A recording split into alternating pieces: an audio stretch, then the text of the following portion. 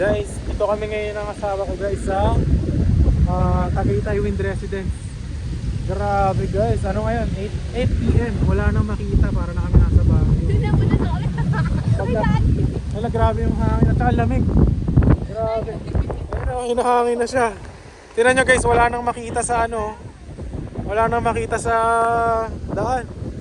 Kaya kung pangarap nyo maghanap ng property malapit dito guys, definitely message lang kayo sa Viber, WhatsApp. Ayun na guys, hinahangin na siya.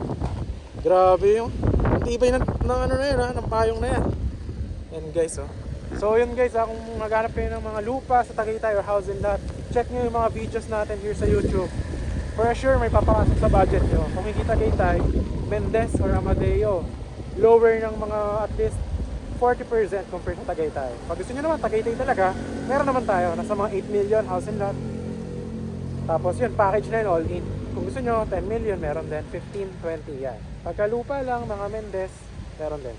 So yun guys, grabe guys, saan? Ay grabe guys, wala na makita, ganda rito sa Wind Residence, So yun lang guys, bye bye.